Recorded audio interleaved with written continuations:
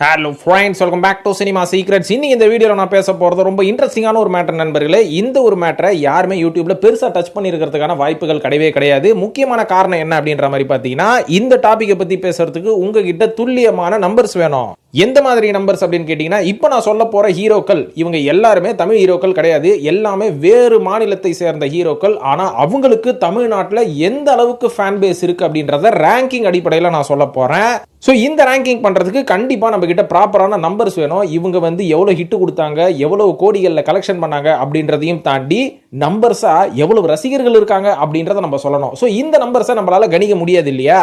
இதனால தான் பார்த்தீங்கன்னா இவங்கெல்லாம் எவ்வளோ கலெக்ஷன் பண்ணியிருப்பாங்க, இவங்களோட பாஸ்ட் ஹிஸ்ட்ரி, இவங்க வந்து தமிழில் வந்து டார்கெட் பண்ணுறதுக்கான படங்கள் ஏதாவது எடுத்தாங்களா, இல்லை இதுக்கு முன்னாடி இவங்களோட ஐடியாலஜி என்ன அப்படின்றத பற்றி டீட்டெயில்டாக ரிசர்ச் பண்ணி தான் இந்த வீடியோ நான் இப்போ பேச போகிறேன் நண்பர்களே.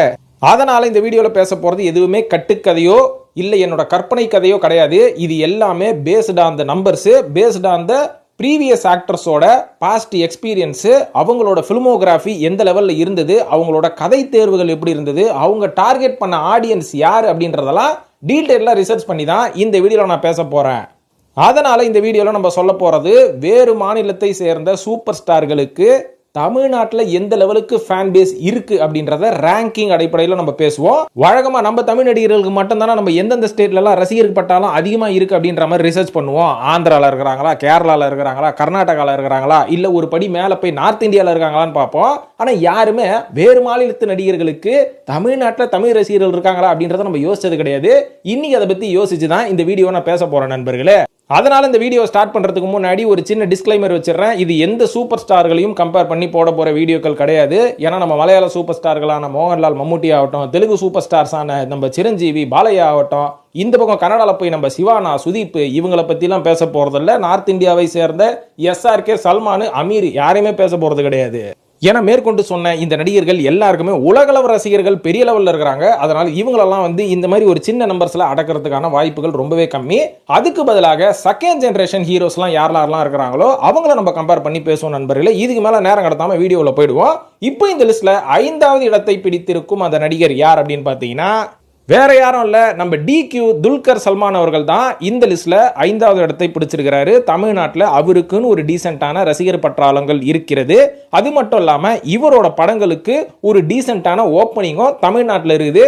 என்னதான் இவர் ஒரு மலையாள நடிகராக இருந்தாலும் இந்த இமேஜ் இவர் எப்படி கிரியேட் பண்ணார் அப்படின்ற மாதிரி பார்த்தீங்கன்னா, நம்ம இவர் எடுத்துக்கோங்க, துல்கர் சல்மான் அவர்களோட கடைசி 5 வருஷம் கிராஃபை நம்ம எடுத்துக்கலாம். அதுக்கு மேலே நம்ம அவரோட ஆரம்ப கட்டத்திலலாம் போவானா, ஆரம்பத்தில் அவர் வந்து ஒரு மலையாளத்தில் தான் அறிமுகமானார். அதுக்கப்புறம் மம்முட்டியோட பையன், ஸோ இங்கேயும் வந்து நம்ம வந்து கால் பதிக்கலாம் அப்படின்னு சொல்லி தமிழில் படங்கள் நடிக்க ஆரம்பிச்சாரு. ஆனால் கடைசி 5 வருஷத்துல தான் இவரோட growth கிராஃப் வேற லெவலில் போயிருக்குன்னு சொல்லுவேன். எப்படின்னு பார்த்தீங்கன்னா, தலைவன் தமிழ்லையும் ஒரு நல்ல நடிகனா அப்பா மாதிரி ஒரு பேர் வாங்கணும் அப்படின்ற மாதிரி ஒரு முயற்சி பண்ணிருக்கிறாரு கடந்த 5 வருஷத்துல. ஆனால் நம்ம துல்கர் சல்மான் அவர்கள் இங்க ஸ்ட்ரெயிட்டாக நடித்த ஸ்ட்ரெயிட்டான தமிழ் படங்கள் எதுவுமே பெருசா பெர்ஃபார்ம் பண்ணல. கண்ணும் கண்ணும் கொள்ளையடித்தால் அப்படின்ற படத்துக்கு அப்புறமா, ஏன்னா கண்ணும் கண்ணும் கொள்ளையடித்தால் அப்படின்ற ஒரு படம் வந்ததுக்கு அப்புறமா இவரோட இமேஜ் தமிழ்நாட்டில் கூடி போச்சுன்னு சொல்லலாம். ஆனா இதுக்கப்புறம் பாத்தீங்கன்னா இவரோட ஐடியாவே வேற. அடுத்ததா ஹே ஷினாமிகா அப்படின்ற ஒரு படம் நடிக்கிறாரு. அந்த படம் இங்க ஒரு தோல்வி படமா முடியுது. ஸோ இதுக்கப்புறம் இவரோட ஃபோக்கஸ் எங்க போகுது அப்படின்ற மாதிரி பாத்தீங்கன்னா, தமிழ் ஆடியன்ஸை மட்டும் நம்ம கவர் பண்ற மாதிரி இருக்கக்கூடாது. ஏன்னா கண்ணும் கண்ணும் கொள்ளையடித்தால் அப்படின்ற ஒரு படம் தமிழ்நாட்டையும் தாண்டி ஆந்திராலையும் பெரிய சக்சஸ். ஸோ அவருக்கு அங்கேயும் ஆப்பர்ச்சுனிட்டி வருது. ஒரு நடிகராக இருந்தால் அவங்க எப்படி ஒரு படத்தையும் ஒரு இண்டஸ்ட்ரியும் தேர்வு பண்ணுவாங்கன்னு பாத்தீங்கன்னா, சிம்பிள் நண்பர்களே, சம்பளத்தை வச்சு தான். அதாவது ஒரு மலையாள நடிகன் அவன் வந்து அடுத்தது தமிழுக்கு வரணும்னு நினைப்பான், தமிழை தாண்டி ஆந்திராவுக்கு போகணும்னு நினைப்பான், அதுக்கப்புறமா ஹிந்திக்கு போகணும்னு நினைப்பான். ஆனால் ஒரு தமிழ் நடிகன் எப்படி யோசிப்பானா, ஸ்ட்ரெயிட்டா ஆந்திரா அதுக்கப்புறம் ஹிந்தி தான். ஆனால் ஏன் மலையாளத்துக்கு போக மாட்டாங்க அப்படின்னு கேட்டிங்கன்னா, சம்பளத்தை பொறுத்த வரைக்கும் மலையாளத்தில் உங்களுக்கு தமிழை விட கொஞ்சம் கம்மியாக தான் கிடைக்கும் அப்படின்றது தான் ப்ராக்டிக்கலான மேட்ரு. அதனால தான் பார்த்தீங்கன்னா பெரும்பாலான தமிழ் நடிகர்கள் இங்கே சக்ஸஸ் ஆனதுக்கப்புறம் மலையாளத்தில் ஒரு சில படங்கள் பண்ணுவாங்க. ஆனால் அடுத்தது ஆந்திராவுக்கு ஜம்ப் பண்ணுறது தான் அவங்களோட ஃபோக்கஸாக இருக்கும். அதுக்கப்புறம் அப்படியே நார்த் இந்தியா போயிட்டா சம்பளம் 3 மடங்கு அதிகம். ஸோ இப்படி தான் ஒரு நடிகை வந்து கனெக்ட் பண்ணுவான். ஆனால் நம்ம துல்கர் சல்மான் அவர்களும் இதுக்கு விதிவிலக்கு அல்ல. இதனால தான் பார்த்தீங்கன்னா மனுஷன் 2 பக்கமும் காய நகர்த்தி இருக்கிறாரு. ஒன்று தமிழில் நம்ம ஜெயிச்சாலும் ஓகே தான், இல்லை இந்த பக்கம் ஆந்திராவில் ஜெயிச்சாலும் ஓகே தான் அப்படின்ற மாதிரி 2 இண்டஸ்ட்ரியிலையும் ஒரே டைமில் கண்ணும் கண்ணும் கொள்ளையடித்தால் படத்தோட வெற்றியை தொடர்ந்து ஃபோக்கஸ் பண்ணுறாரு. ஆனால் அவர் தமிழில் போட்ட விதை ஹே ஷினாமிகா பெருசாக பெர்ஃபார்மன்ஸ் பண்ணலை. ஆனால் ஆந்திராவில் அவர் போட்ட விதை கிட்டத்தட்ட 100 கோடி ரூபா பட்ஜெட்டில் அவரை கொண்டு போய், பட்ஜெட் இல்லை கலெக்ஷனில் கொண்டு போய் நிறுத்திடுச்சு. அது என்ன படம்னு பார்த்தீங்கன்னா சீதாராமம் அப்படின்ற ஒரு படம் தான். இதுக்கப்புறம் பார்த்தீங்கன்னா அடுத்ததா ஸ்ட்ரெயிட்டா ஒரு தெலுங்கு படம் நடிக்கிறாரு. சீதாராமன் படத்தோட வெற்றியை தொடர்ந்து ஆகாசமுலோ ஒக்கதாரா அப்படின்ற ஒரு படம், இதுவும் பார்த்தீங்கன்னா தெலுங்குல சக்கப்போடு போட்டுருச்சு. ஸோ இதுக்கப்புறம் தெலுங்குல எடுக்கிற படத்துல எல்லாமே துல்கர் சல்மான் ஒரு கேமியோ வாச்சும் வந்துட்டு போகணும்னு சொல்லி பிரபாஸ் நடித்த கல்கில ஒரு கேமியோ, அதுக்கப்புறம் சாம்பியன் அப்படின்ற ஒரு படத்துல ஒரு கேமியோ, இப்படின்ற மாதிரி அவரோட லெவலு தெலுங்குல உயர்ந்துகிட்டே போகுது. இதையும் தாண்டி லக்கி பாஸ்கர்னு ஒரு படம் நடிக்கிறாரு. கிட்டத்தட்ட பாக்ஸ் ஆஃபீஸ்ல தெலுங்குல மட்டும் அந்த படம் 110 கோடி ரூபாய் கலெக்ஷன் பண்ணியிருக்குது world wide. So Dulquer Salmaan அப்படின்ற வேற்றுமொழி நடிகர் நடித்த ஒரு தெலுங்கு படம் இந்த அளவுக்கு ஹிட் கொடுக்குது அப்படின்றது சாதாரண மேட்டரே இல்லைங்க. அங்கே எவ்வளோ ஜாம்பவான்கள்லாம் இருப்பாங்க. இவங்கள மீறி துல்கர் சல்மான் அவர்களுக்கும் மிகப்பெரிய ஃபேன் பேஸும் அவரோட படங்களுக்கு மிகப்பெரிய ஓப்பனிங் தெலுங்குல வர ஆரம்பிச்சிருச்சு. ஸோ இந்த 5 வருஷத்துல தலைவன் துல்கர் 2 மலையாள படம் தான் நடிச்சிருக்காரு அப்படின்னா பார்த்துக்கோங்க. அந்த படங்களும் சரியா போல. இங்க தமிழ்ல மறுபடியும் ஒரு சம்பிரதாயத்துக்கு காந்தான்னு ஒரு படம் நடிச்சாரு, ஒரு வித்தியாசமான படம். இந்த படம் ஒரு டீசென்டான ஹிட் தான். ஆனா காந்தா படத்துக்கு ஓப்பனிங் தமிழ்நாட்டில் நல்லாவே இருந்தது. ஸோ இதுல இருந்து என்ன தெரியுதுன்னா, துல்கர் சல்மான் அவர்கள் ஹீரோவாக நடிக்கக்கூடிய படங்களுக்கு தமிழ்நாட்டை காட்டிலும் ஆந்திராவில் மிகப்பெரிய ஓப்பனிங் இருக்கு. ஆனா தமிழ்நாட்டில் இந்த ஓப்பனிங் அவர் எப்படி பிடிக்க ஆரம்பிச்சாருன்னு பார்த்தீங்கன்னா, இவர் நடித்த தெலுங்கு படங்கள் எல்லாத்தையும் தமிழில் டப் பண்ணி இங்கே ரிலீஸ் பண்ணும் போது இங்கே ஒரு நல்ல ஓப்பனிங் கிடைக்க ஆரம்பிச்சிருச்சு. அதனால துல்கர் சல்மான் அவர்கள் 2 ஸ்டேட்லையும் காலை பதித்து விட்டார். அதனால இவரோட படங்களுக்கு இங்கே ஒரு மினிமம் ஃபேன் பேஸ் இங்கே இருக்கு. ஸோ அதனால அவரோட படங்களுக்கும் இங்கே டீசென்டான ஓப்பனிங் இருக்கிறனால வேற்றுமொழி நடிகராக இருந்தாலும் துல்கர் சல்மான் அவர்கள் தமிழ்நாட்டிலையும் கால் பதிச்சிட்டாரு. இப்போ இந்த லிஸ்ட்ல 4வது இடத்தை பிடித்திருக்கும் நடிகர் பிரபாஸ் அவர்கள். இவரோட பேரை சொன்னோன்னா பல பேருக்கு கண்டிப்பாக கோவம் வந்துடும். இது பிரபாஸுக்கு 4வது இடமா? ஏன்னா தமிழ்நாட்டில் ஒரு ஓப்பனிங் இல்லையா, தெரியுமா உனக்கு அப்படின்ற மாதிரி கேட்டிங்கன்னா, தமிழ்நாட்டில் இருக்கக்கூடிய தெலுங்கு ரசிகர்கள், தெலுங்கு பேசக்கூடியவர்கள் கண்டிப்பாக பிரபாஸோட படத்தை பார்க்கறதுக்கான வாய்ப்புகள் 100% இருக்குன்னு சொல்லுவேன். ஆனால் தமிழ் ரசிகர்கள் என்ன மாதிரி தமிழர்கள் அவரோட படங்க தெலுங்குலேயே பார்ப்பாங்களா இல்லை டப் பண்ணி பார்ப்பாங்களா அப்படின்றது என் கையில் கிடையாதுங்க. அந்தந்த தேட்டர்ஸ் ஓனர்ஸ் கையிலையும் டிஸ்ட்ரிபியூட்டர்ஸ் கையிலையும் தான் இருக்குது. அப்படின்னு நீங்கள் கணக்கெடுத்து பார்த்தா கடைசியாக பிரபாஸ் அவர்கள் ரிலீஸ் பண்ண ராஜா சாப் அப்படின்ற படம் எத்தனை தேட்டரில் தமிழாக்கம் செய்யப்பட்டு ரிலீஸ் ஆச்சு அப்படின்றத நீங்களே கணக்கெடுத்து பார்த்துக்கோங்க. ஆனால் இவர் நான் தப்பாக குறைச்சி பேசலை. ஏன்னா பிரபாஸ் அவர்களுக்கு நம்பர் 1 லிஸ்ட்டில் வந்திருக்கிறதுக்கான, நம்பர் 1 ரேங்கிங்கில் வந்திருக்கிறதுக்கான வாய்ப்புகள் எல்லாமே பாகுபலி படத்தில் அவர் நடித்து ரிலீஸ் ஆகும்போது ஏகப்பட்ட ஃபேன் பேஸ் தமிழ்நாட்டில் அவருக்கு இருந்தது. அதுலேயும் குறிப்பாக பாகுபலி படம் தமிழ்நாட்டில் ரிலீஸ் ஆனதுக்கப்புறம் தமிழ் சினிமா வரலாற்றிலேயே முதல் தெலுங்கு டப்புடு படம் 64 கோடி ரூபா தமிழ்நாட்டில் மட்டும் கலெக்ஷன் பண்ணிச்சு வாரத்தில் அப்படின்ற மாதிரி சொன்னீங்கன்னா, இது ஒரு ஹிஸ்டாரிக்கல் ஹிஸ்ட்ரி, ஒரு ரெக்கார்ட் அப்படின்ற மாதிரி சொல்லலாம். 2வது வாரத்தில் 75 கோடியும் மேலே கலெக்ஷன் பண்ணிச்சு பாகுபலி தமிழ்நாட்டில் மட்டும் டப்புடு வருஷன் தான் பார்த்துக்கோங்களேன். இது ஒரு படி மேலே போய் பாகுபலி படம் 2 ரிலீஸ் ஆகும்போது இந்த படத்தோட மொத்த கலெக்ஷனே 1800 கோடின்றாங்க. அதில் 153 கோடி தமிழ்நாட்டில் மட்டும் கலெக்ஷன் பண்ணிச்சு. ஸோ பிரபாஸ் அவர்கள் அன்னைக்கு காலகட்டத்தில் நம்பர் 1 பொசிஷனில் இருந்தார். அதாவது வேறு மாநில நடிகர், ஆனால் தமிழ்நாட்டில் மிகப்பெரிய லெவலுக்கு ஃபேன் பேஸ் வச்சிருக்கிறவர் யாருன்னா பாகுபலி 2 டைம்ல பிரபாஸ் தான் எல்லாரும் சொல்லியிருப்பாங்க. ஆனால் இந்த இடத்த அவர் மிஸ் பண்ணதுக்கு முக்கியமான காரணம் என்னன்னு பார்த்தீங்கன்னா, இங்கே ஃபேன் பேஸ் இருக்குது. ஸோ இங்கே நம்ம கொஞ்சம் ஃபோக்கஸ் பண்ணலாம் அப்படின்றத கொஞ்சம் லைட்டாக மூவ் பண்ணிட்டு ஹிந்தியிலிருந்து அவருக்கு அழைப்பு வந்ததுக்கப்புறமா ஹிந்தியை நோக்கி ஓட ஆரம்பிச்சிட்டாரு. ஆனால் அவரோட பாகுபலி இமேஜை வைத்து ஹிந்திக்கு போகும்போது அதை தொடர்ந்து அது மாதிரியான படங்கள் அவர் நடிப்பார்னு அங்கே இருக்கிற ஃபேன்ஸ் எல்லாருமே எதிர்பார்க்கும் போது வித்தியாசமான கதை களத்தில் ஆனால் அதே மேனரிசத்தில் நான் நடிப்பேன் அப்படின்னு நடிச்சனால பல படங்கள் அங்கே தோல்வியை தான் தழுவிச்சு.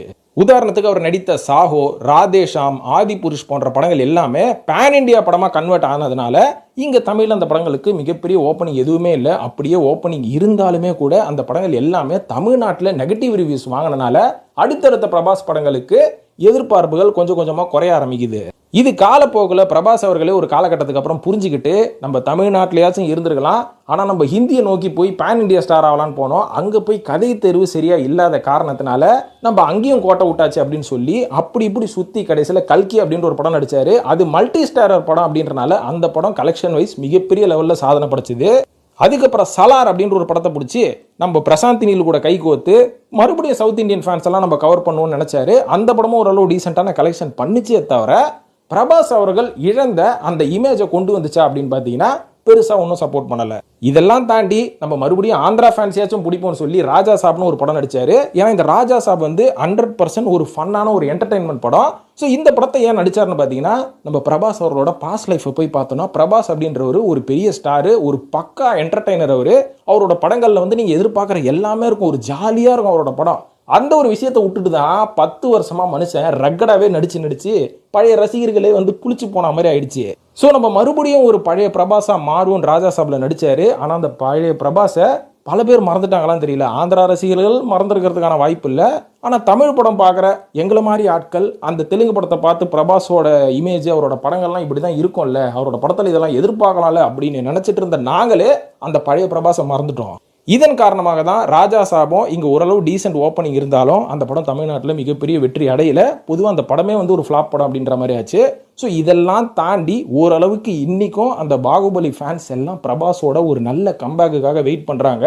பிரபாஸ் அவர்கள் இப்போ அடுத்ததான் நடிக்கக்கூடிய இந்த ஸ்பிரிட்டு, ஃபாசி, இந்த படம்லாம் வந்து ஒரு நல்ல ஓப்பனிங்கில் தமிழ்நாட்டில் டப் பண்ணி கரெக்டான டைமில் ரிலீஸ் பண்ணால் அவர் விட்ட பாகுபலி ஃபேன்ஸ் எல்லாம் மறுபடியும் பிரபாஸ் கிட்ட வரதுக்கு வாய்ப்பு இருக்கு. அப்படி வந்தா பிரபாஸ் அவர்கள் முதலிடத்தை அடுத்த வருஷம் பிடிச்சிருக்கிறதுக்கு வாய்ப்பு இருக்கு.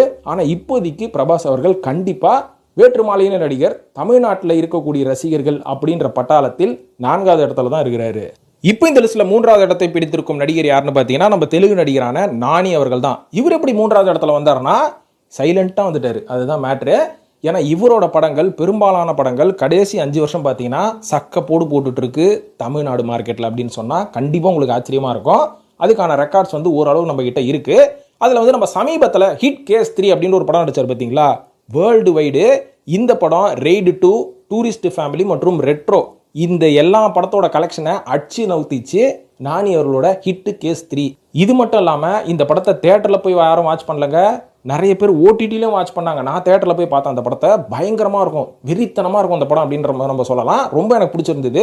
ஆனால் இந்த படம் எந்த அளவுக்கு ஹிட்டு கொடுத்துருந்தா கேஸ் 4, ஹிட்டு கேஸ் 4ல் நம்ம கார்த்தி அவர்கள் நடிக்கிறதுக்கு ஒப்பந்தமாயிருப்பார் அப்படின்ற மாதிரி யோசிச்சு பாருங்க.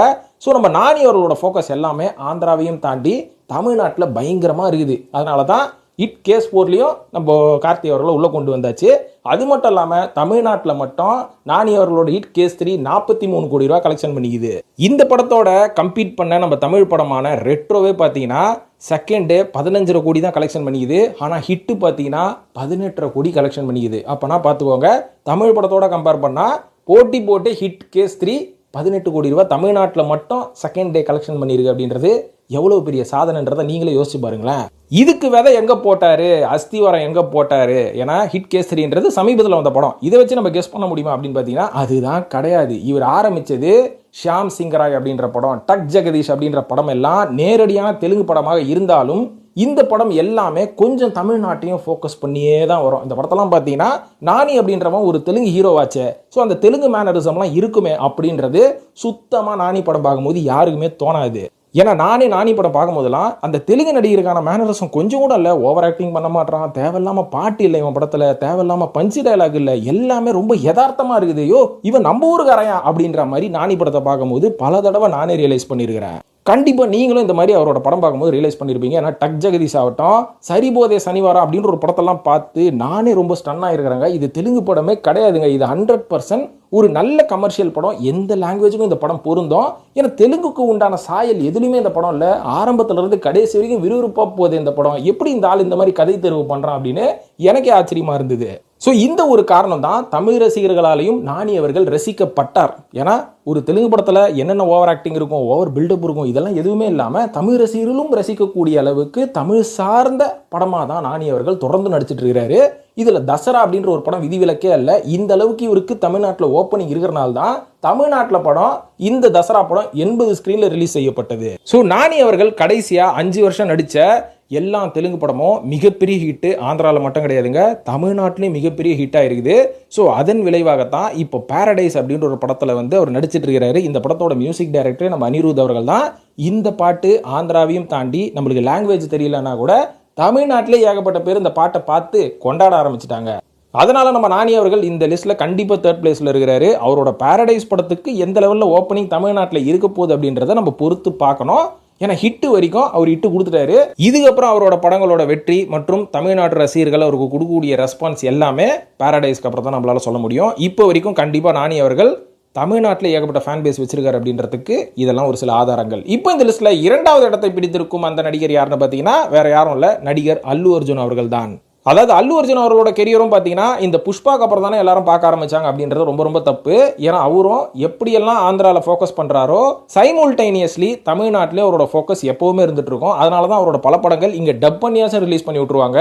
என் பேரு சூர்யா, என் வீடு இந்தியா அப்படின்ற படம், அதுக்கப்புறம் ஆர்யா அப்படின்ற நடித்த படம் ஒரு நோட்டபிளான படம். ஏன்னா அந்த படத்தை வந்து நம்ம தமிழ்லையும் ரீமேக் பண்ணி ஃபெயிலியர் பண்ணிட்டோம். ஆனால் ஆந்திராவில் அது ஒரு மிகப்பெரிய ஹிட்டு. அதுக்கப்புறம் அல்ல வைகுந்தபுரம் அப்படின்னு சொன்னால் யாருக்கும் தெரியாது, வைகுண்டபுரம் அப்படின்னு சொன்னால் தான் தெரியும். ஆனால் அந்த படமும் இங்கே பாடல் வைஸ் எல்லாமே ஹிட்டு. ரேஸ்குரம் போன்ற படங்கள்லாம் பல பேர் பார்த்துருப்போம். ஆனால் இந்த அல்ல வைகுண்டபுரம் இருக்கு பார்த்தீங்களா, இந்த படத்துல இருந்து நம்ம அல்லு அர்ஜுனை பல பேர் நோட்டீஸ் பண்ண ஆரம்பிச்சுட்டாங்க. இங்கே தமிழ்நாட்டு ரசிகர்கள் கொஞ்சம் அவரோட படங்களை ரசிக்க ஆரம்பிச்சாங்க. ஆனால் இவர் மிகப்பெரிய டிரான்ஸ்ஃபர்மேஷன் காமிச்சது புஷ்பா அப்படின்ற படம் தான். ஏன்னா இந்த படம் ப்ராப்பர் ஆந்திராவில் எடுக்கப்பட்ட படம் அப்படின்றதையும் தாண்டி ஆந்திரா பார்டர் மற்றும் தமிழ்நாடு பார்டரில் இருக்கக்கூடிய திருப்பதி சம்பந்தமான படம் அப்படின்னும் போது இது எல்லாருக்கும் ஈஸியாக கனெக்ட் ஆயிடுச்சு. ஸோ இந்த படத்தோட தமிழ்நாடு ரைட்ஸை லைக்காக தான் வாங்கினாங்க. வாங்கினது மட்டும் இல்லைங்க, தமிழ்நாட்டில் மட்டும் இந்த படம் 12 கோடி ரூபாய் கலெக்ஷன் பண்ணிச்சு. புஷ்பா பார்ட் 1, புஷ்பா பார்ட் 2 தமிழ்நாட்டில் எந்த லெவல் கலெக்ஷன் தெரியுங்களா? 65 கோடி ரூபாய் கலெக்ஷன் பண்ணிக்குது புஷ்பா 2 இங்க. ஸோ இந்த படத்துக்கு தமிழ்நாட்டில் மிகப்பெரிய ஓப்பனிங் இருந்தது. புஷ்பா 2க்கு புஷ்பா 1க்கு இருந்தது அப்படின்ற மாதிரி நம்மளுக்கு தெரியாது. ஏன்னா புஷ்பா 1 நானே ஓடிடியில் தான் பார்த்தேன். புஷ்பா 2 நான் தேட்டரில் போய் பார்க்கும்போது இங்கே மிகப்பெரிய ஓப்பனிங், தமிழ் நடிகரோட படங்களுக்கு எந்த அளவு ஓப்பனிங் இருக்குமோ அந்த அளவு ஓப்பனிங் முதல் நாளில் இருந்தது. பயங்கரமான க்ரௌடு தேட்டரில் இருந்தது. அதனால எல்லாருமே பார்த்தீங்கன்னா ஆந்திராவையும் தாண்டி தமிழ் டப்பில் இந்த படத்தை ரிலீஸ் பண்ணவங்க அத்தனை பேரும் இந்த படத்தை போய் தேட்டரில் பார்த்தாங்க. இதனால தான் பார்த்தீங்கன்னா தமிழ்நாட்டில் மட்டும் இந்த படம் 65 கோடி ரூபா கலெக்ஷன் ஆயிருக்கு. அந்த கலெக்ஷனையும் தாண்டி இப்போ அல்லு அர்ஜுனோட ஃபோக்கஸ் எல்லாமே மல்டிலிங்குவல் படம் அப்படின்றதையும் தாண்டி தமிழ் மற்றும் தெலுங்குல ஸ்பாட் சைமல்டேனியஸா ஒரு படத்தை நம்ம நடிக்கணும்னு சொல்லி 2 படத்தில் கமிட் ஆயிருக்கிறாரு. ஒன்று அட்லி அவர்கள் இயக்கக்கூடிய படம், இன்னொன்று லோகேஷ் கனகராஜ் அவர்கள் இயக்கக்கூடிய படம். இந்த 2 தமிழ் டைரக்டரை அவர் சூஸ் பண்ணதுக்கு முக்கியமான காரணம் அவருக்கு நல்ல ஓப்பனிங் தமிழ்நாட்டில் இருக்குது, அதிக ஃபேன் பேஸும் தமிழ்நாட்டில் இருக்குது. ஆனால் இதுக்கு முன்னாடி வரைக்கும் அவருக்கு நல்ல எக்ஸிஸ்டிங்காக கேரளாவில் ஏகப்பட்ட ஃபேன் பேஸ் இருக்குது அப்படின்றது பல பேருக்கு தெரிஞ்ச ஒரு விஷயம் தான். அதை தாண்டி இப்போது தமிழ் ஓவர்டேக் பண்ணுற பொழுது அதனால தான் அல்லு அர்ஜுன் அவர்கள் இந்த லிஸ்ட்டில் 2வது இடத்தை பிடித்திருக்கிறார். இப்போ இந்த லிஸ்ட்டில் முதல் இடத்தை பிடிச்சவர் யார் அப்படின்னு யோசிங்களேன். எதுக்கு யோசிக்கணும், நானே சொல்லிடுறேன். அவர் வேறு யாரும் இல்லை, நம்ம கேஜிஎஃப் புகழ் யஷ் அவர்கள் தான். ஸோ யஷ் அவர்கள் தமிழ் ரசிகர்களோட மனதை எப்படி கவர்ந்தார் அப்படின்றதுக்கு முக்கியமான காரணம் யஷ் அவர்கள் கண்டிப்பாக நடிகர் விஷால் அவர்களுக்கு மிகப்பெரிய நன்றியை சொல்லணும். ஏன்னா கேஜிஎஃப் அப்படின்ற படம் நம்ம விஷால் அவர்களோட ஃபிலிம் ஃபேக்ட்ரியில் டிஸ்ட்ரிபியூஷன் பண்ணாமல் தமிழில் டப் பண்ணி இங்கே ரிலீஸ் பண்ணாமல் இருந்தால் அது ஒரு கன்னட படமாகவே போயிருக்கும். அது ஒரு தமிழ் படம், இவர் ஒரு தமிழுக்கு சொந்தமான நடிகர் அப்படின்ற மாதிரி யாருமே யஷ் அவர்களை கொண்டாடி இருக்கவே மாட்டாங்க.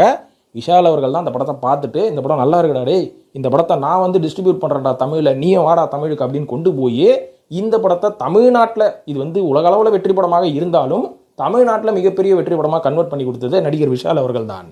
ஏன்னா இந்த படம் கிட்டத்தட்ட 250 கோடி ரூபாய் கலெக்ஷன் பண்ணிருக்குது. தமிழ்நாட்டில் மட்டுமே பார்த்தீங்கன்னா கிட்டத்தட்ட ஒரு சில சொற்பமான அமௌண்ட்டை கலெக்ஷன் பண்ணுச்சுன்றாங்க. அதோட நம்பர்ஸ் ப்ராப்பராக எனக்கு தெரியாதனால அதை சொல்லி ஒரு ஃபால்ஸ் நியூஸ் கொடுக்கறதுக்கு நான் விரும்பலை. அதையும் தாண்டி கிட்டத்தட்ட இந்த படம் 2200 ஸ்க்ரீன் வேர்ல்டு வைட் ரிலீஸில் 100 ஸ்க்ரீன்ஸு தமிழில் மட்டும் ரிலீஸ் பண்ணாங்க. 2 நேஷனல் அவார்டு வாங்கிருக்குது. கேஜிஎஃப் பார்ட் 1 பற்றி தான் நான் சொல்கிறேன். இப்போ பார்ட் 2 மேட்ருக்கு வரேன். ஆனால் தமிழ்நாட்டில் கிட்டத்தட்ட ஒரு 6 கோடி ரூபா அப்படின்ற மாதிரி ஒரு நம்பர் சொல்கிறாங்க கேஜிஎஃப் 1க்கு. ஆனால் கேஜிஎஃப் 2 எவ்வளோ தெரியுங்களா கலெக்ஷன் பண்ணுச்சு? கிட்டத்தட்ட 100 கோடி ரூபா கலெக்ஷன் பண்ணுச்சு கேஜிஎஃப் பார்ட் 2 சாப்டர் 2 அப்படின்ற மாதிரி சொல்கிறாங்க. வேர்ல்டு வைடு இந்த படம் 1250 கோடி ரூபா கலெக்ஷன் பண்ணியிருக்கு. ஆனால் தமிழ்நாட்டில் மட்டும் 100 கோடி ரூபா. கன்னடா இண்டஸ்ட்ரியோட வரலாற்றிலேயே தமிழ்நாட்டில் வேறு ஒரு மொழி நடிகரோட படம், கன்னடா நடிகரோட படம் தமிழ்நாட்டில் 100 கோடி ரூபா கலெக்ஷன் பண்ணிருக்குது, 100 கோடி ரூபா கிளப்பில் போயிருக்கு அப்படின்றது இந்த படம் தானாம். அதுக்கு முக்கியமான காரணம் பிரசாந்த் நீல் அப்படின்ற மாதிரி ஒரு பக்கம் இருந்தாலும் யஷ்ஷுக்குன்னு மிகப்பெரிய ஃபேன் பேஸ் தமிழ்நாட்டில் உருவாயிடுச்சு. ஏன்னா எந்த பக்கம் திரும்பினாலும் கேஜிஎஃப் யஷ் அப்படின்ற மாதிரி இவர் தேட்டரில் வந்து நிற்கும் போது விசில் பறகுது தமிழ் ரசிகர்களால். இது வந்து நம்ம தமிழ் நடிகர்களான ரஜினி, விஜய், அஜித், கமலஹாசன், அதுக்கப்புறம் சூர்யா, கீரியா இவங்களுக்கு தானே இருக்கும். அதை தாண்டி எஸ் அவர்கள் கேஜிஎஃப் 2ல் வந்து கன்னோட நிற்கும் போது சில்லறையை வாரி இறக்கிறானுங்க நம்ம தமிழ் ரசிகர்கள். இந்த அளவுக்கு ஒரு மிகப்பெரிய வெற்றி யாருக்கு கிடைக்கும்? ஸோ யஷ் அவர்களுக்கு மட்டும்தான் கிடைக்கும். இதன் காரணமாகத்தான் இப்போ டாக்ஸிக்னு ஒரு படம் நடிச்சிட்டு இருக்கிறாரு. இந்த படம் கிட்டத்தட்ட 850 கோடி ரூபாயில் இந்த படம் உருவாக்கப்படுது. இந்த படத்தோட தமிழ்நாடு ரைட்ஸ் மட்டும் 67 கோடி ரூபாய்க்கு ப்ரீ பிஸ்னஸ் ஆகி முடிஞ்சிருச்சு. 67 கோடி ரூபாய்க்கு வித்தாச்சு டிஸ்ட்ரிபியூஷன். இங்கே இதுக்கப்புறம் தேட்டர் கலெக்ஷன் எந்த லெவலில் இருக்கும் அப்படின்றத இந்த படம் ரிலீஸ் ஆனதுக்கப்புறம் நீங்களே பார்த்துக்கோங்க. இதன் காரணமாகத்தான் நம்ம யஷ் அவர்களுக்கு தமிழ்நாட்டில் மிகப்பெரிய தமிழ் ரசிகர்களோட ஃபேன் பேஸ் இருக்குது அப்படின்றதுக்கு இதுவே ஒரு போதியமான ஆதாரம். ஸோ இப்போ நான் வெறும் 5 பேர் தான் எடுத்துருக்கிறேன். இதில் வந்து நான் 6 பேர் எடுக்கிறேன், 10 பேர் எடுக்கிறேன் அப்படின்னா சும்மா நான் ஒரு ஃபில் பண்ணுற மாதிரி தான் இருக்கும். ஏன்னா இந்த லிஸ்ட்டில் வந்து நம்ம ராம் சரணை சொல்லலாம், அதுக்கப்புறம் நம்ம ஷாருக் கானை தான் நான் சொல்ல மாட்டேன், நல்ல ரன்வீர் சிங்கை கூட சொல்லலாம். ஏன்னா துரந்தர் வெற்றியை தொடர்ந்து ரன்வீர் சிங்குக்கும் இங்கே ஃபேன் பேஸ் நிறைய இருக்குது. ஆனால் அந்த ஃபேன் பேஸ் எல்லாமே துரந்தருக்கு அப்புறமா வந்தது அப்படின்ற மாதிரி தான் சொல்லணும். இந்த ஹீரோக்கள் இந்த டாப் 5ல சொன்ன இந்த ஹீரோக்கள் கிரியேட் பண்ண இம்பாக்ட் நம்ம ரன்வீர் சிங்குக்கு இருக்கா அப்படின்னு பார்த்தீங்கன்னா, ரன்வீர் சிங் அடுத்ததாக நடித்து ரிலீஸ் ஆகிற படத்தை வச்சு தான் அவரோட ஓப்பனிங் எப்படி இருக்குன்னு நம்மளுக்கு தெரிஞ்சுக்க முடியும். துரந்தர் அப்படின்றது ஒரு டீம் ஒர்க் தான். அந்த கண்டென்ட்டுக்காக தான் இந்த படம் வந்து மிகப்பெரிய வெற்றியாச்சு. ஃபர்ஸ்ட் பார்ட் வந்து நம்ம ரன்வீர் சிங்குக்காக வெற்றி அடைஞ்சது அப்படின்றதையும் தாண்டி அக்ஷய் கண்ணாவோட நடிப்பு தான் பாராட்டப்பட்டுச்சு. அந்த தொடர்ச்சியாக தான் துரந்தர் 2க்கும் தேட்டருக்கு ஆள் வந்தாங்க. ஸோ ஆதித்யா தர் தான் முக்கியமான காரணம். ஸோ ரன்வீர் சிங் அடுத்ததாக நடிக்கக்கூடிய படம் இங்கே ரிலீஸ் ஆகும்போது ஓப்பனிங் எப்படி இருக்குன்னு தெரிஞ்சு தான் இவருக்கும் ஃபேன் பேஸ் அதிகமாக இருக்குது அப்படின்ற மாதிரி நம்ம சொல்ல முடியும். ஆனால் இப்போதைக்கு எதுவுமே சொல்ல முடியாது. ஸோ நம்ம ஃபஹத் ஃபாசிலை நம்ம விட்டுமே அப்படின்னு கேட்டிங்கன்னா, ஃபஹத் ஃபாசில் அவர்கள் இன்னமும் மலையாள படத்தில் தான் நடிச்சிட்டு இருக்காரு. தமிழில் கேரக்டர் ஆர்டிஸ்ட்டாக தான் நடிச்சிட்டு இருக்காரு தவிர ஒரு சோலோவாக ஒரு சில படங்கள் தான் பண்ணார். அந்த படங்களுக்கும் பெருசாக ஓப்பனிங்லாம் இங்கே இல்லை, பட் டீசெண்டான ஹிட் கொடுத்தது. ஸோ இதுதான் நண்பர்களே லிஸ்ட்டு. ஸோ இப்போ பார்த்துக்கோங்க, இந்தந்த நடிகர்களோட அடுத்தடுத்த படங்கள் எல்லாமே தமிழ்நாட்டில் மிகப்பெரிய வெற்றி அடையும் அப்படின்னு நான் சொல்லிக்கிறேன். இது ஒரு வித்தியாசமான வீடியோவாக இருக்கும்னு நான் நம்புகிறேன். அப்படி நீங்கள் நினச்சிங்கன்னா கமெண்ட்டில் மறக்காமல் போடுங்க. நம்பர்ஸில் முன்ன பின்ன இருந்தாலும் கமெண்ட்டில் அதுக்காகலாம் அடிச்சிக்க வேண்டாம். ஸோ இது எல்லாமே நம்ம உருவாக்குற நம்பரில் நம்ம படித்து தெரிஞ்சுக்கிட்டு ஒரு சில வெப்சைட்லேருந்து எடுக்கிற நம்பர்ஸ், ஒரு சில பேர்கிட்ட கேட்டு தெரிஞ்சுக்கிற அனுபவமான விஷயத்தை வச்சு தான் நம்ம பேசுகிறோமே தவிர எனக்கும் தெரியும் பாடுறான்னு கமெண்ட்டில் போடாதீங்க. அப்படி நீங்கள் கமெண்ட்டில் என் கூட வாக்குவாதம் பண்ணுறதா இருந்தால் நீங்கள்